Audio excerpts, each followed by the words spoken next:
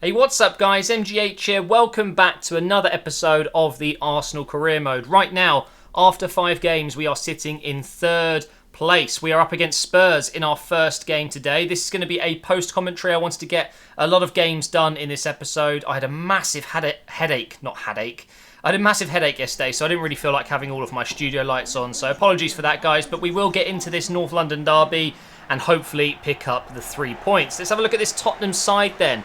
Lloris in goal, Davies, De Vrij, Sanchez and Rui as the back 4. Thiago and Dyer in midfield. We've then got Keita Balde, Dele Alli and Heung-min Son with, of course, Harry Kane up front. A very strong side.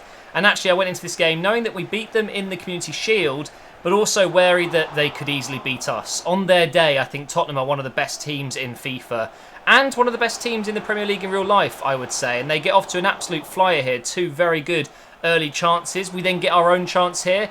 We're going to try and cross that in for Mbappe, which gets cleared out. I mean, we're just 20 minutes in there and we were already looking like conceding and scoring.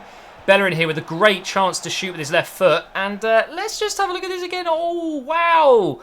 Yeah, great shot, Bellerin.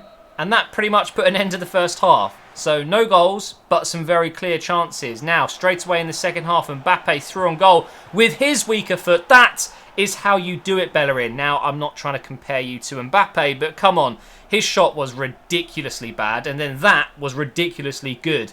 Mbappe really starting to show his worth in this team. 92 rated. It is absolutely unbelievable. So he gave us the 1-0 lead, and then in the 90th minute we make it 2-0 with Granit Xhaka, who came on as a sub. And actually it's a very good finish this. Could have easily blasted that over the bar, but I've managed to keep it under control. And then literally moments later from kickoff, we go ahead and score again. Gnabry with the chip, which gets saved, and then Mbappe is in the right place at the right time to make it 3-0. This is a crazy result, really. Could have easily been maybe 1-1, 2-1, 2-2, and instead, it ends 3-0. It's just crazy sometimes. Now, I put together a 3rd team for the Carabao Cup and the FA Cup. So we have Smith Rowe, we have Nelson, we've got Brooks, Maitland-Niles and Ketia. So many of the youngsters that don't normally get to play. And we'll be using them in the cup competitions. And Kolasinac and Nketiah getting on the score sheet there. One thing I have realised is I've pretty much got 3 players in every position except from wing-back. But it's not a big deal, really. If we've got Kolasinac and we've got Alexandro for left side, then we've got Weiser and Bellerin for the right. So we've even got Mukiele, who can play as a right back as well. So it's not too bad. But now back at the Emirates into another game against Everton this time. And again, very open start, both getting chances. Here's Mbappe over the top for Gnabry, who started on that left side. And what a start he made to this game. Just 42 minutes in, guys, and we've already scored. Hey, it's the first time in a while we've managed to actually score in the first half. I went through a little phase where we were scoring early, but recently I've been scoring late in games. And you're probably thinking we're going to score again here, but I missed. Mbappe, he scores the hard chances, misses the easy chances. It is funny. But Everton do get themselves back in this game with 30 minutes left on the clock. It's going to be Coleman as well, a player that we almost signed instead of Dembele or Bailey or whoever. But I'm glad I didn't sign him because we've obviously got Gnabry, we've got Mbappe instead now as well, who can play in those positions. And talking of Mbappe, he goes ahead and gets a second goal here. And look at this pass from Sergej. It just goes over the top of Yerry Mina, I think it is. I don't know how he's not heading that away. Are Everton going to get back in this again, though? Here they are on the ball. Shot comes in, and it comes off the post. We were so lucky there. And then we clear it up the pitch, and the referee blows his whistle. So, again, a little bit of an unfair result. We could have easily, potentially drawn or lost 2 games in a row, but we've come away with 3 points in both. Kolasinac did pick up an injury, though, which is a little bit frustrating. So we will have to play with Alexandro for 3 weeks straight as we go into our next game here against Lazio. Of course, we signed Savic from Lazio and we gave them Aubameyang plus cash in return. So we are coming up against Aubameyang for the first time. Mbappe with an early chance there, puts it over the bar, looks very disappointed with himself. Sergej wins it back here against his old club, passes it back inside. The shot was on target, but Williams decides to stick his leg out in an offside position. Fantastic. Now here's Aubameyang. He's still got it. There's no doubt about it. I could have easily held on to him, but I'm glad I didn't in the end because we have completely revamped this squad. It really is the ultimate team. And he had 2 very good chances in this first half to score once again at the Emirates, but for a different club. We go in at the break 0-0, but now into the second half here. Williams going to have a chance to get the cross in. It does get blocked, but he chases it down. He wins it, and look at that for a Thierry Henry-esque finish. That is my favourite type of finish. If you're near the near post and you bend it far post around the keeper, it's what Thierry Henry did every freaking goal. It was magical to see Williams do that one again.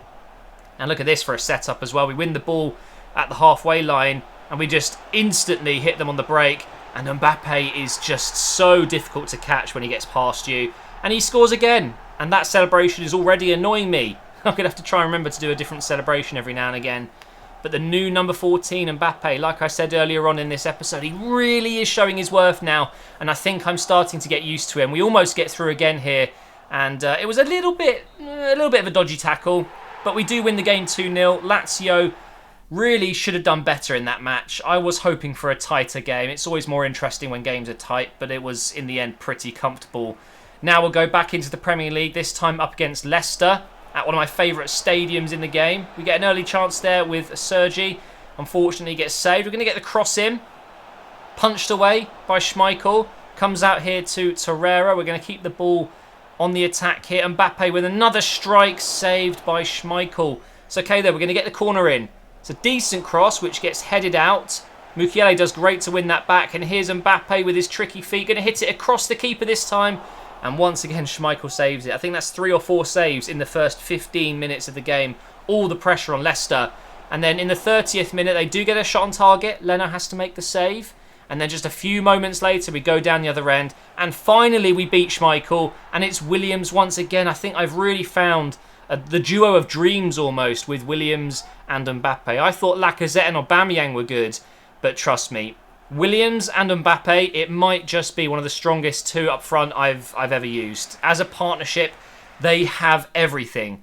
Now, into the second half, we're going to take this kickoff in a little bit of an odd way. You don't see that too often, but it can be very handy.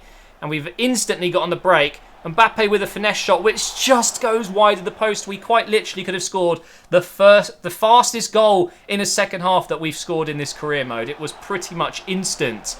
And then Williams has another chance to score there. Unfortunately, Schmeichel makes the save. If it wasn't for Schmeichel, they would be losing this game 2, 3, maybe even 4-0. But this is FIFA 19. Are we going to concede an equaliser in the last few moments? It's a lovely bit of passing play from Leicester. Mukiele with the tackle. He just about blocks it. Is it going to go in? It's off the post and he's offside. Ha! What a shame. Their new captain, Milivojevic. Big fan of him. Don't concede penalties against him. He was just offside. So thankfully, even though this game we could have absolutely smashed it, 3-4-0, like I said, we actually almost dropped points. Now, Mbappe's been very good, as you guys know. So he's gone ahead and won September Player of the Month. His first month at the club, and he's already won Player of the Month. He's scored a lot of goals, but he's not top scorer in the league, which is interesting. We're going to go ahead and play against Newcastle here, or Sim, I should say. We use the second team here.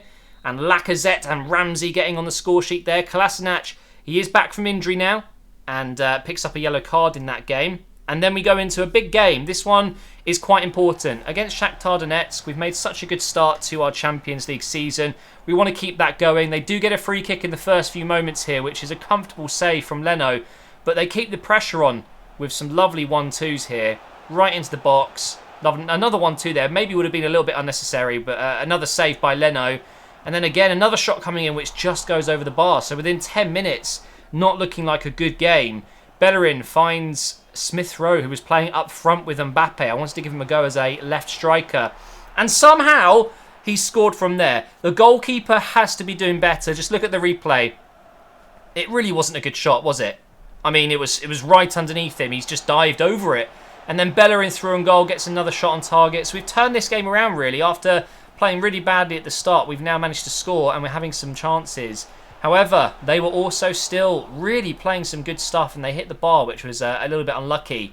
Now we're going to go into the second half, still leading this game 1-0. Over the top for Smith Rowe, who was actually very impressive. I like the fact that he's a little bit taller than some of my other wingers. But the less said about this, the better, really. This is FIFA 19 in a nutshell. I mean, what is that? Can someone explain to me how that even happens? Pretty hilarious. So we're 2-0 up, looking confident, looking comfortable, I should say. And then this happens. Bang. Straight into the top right corner there, like an arrow. Nothing we can do about it. It's a brilliant strike. And then I knew, guys. I just knew. I had a bad feeling. They break through once again. All three of my defenders taken out of the game with one single pass. Leno going mental at the defenders there as they've let him through.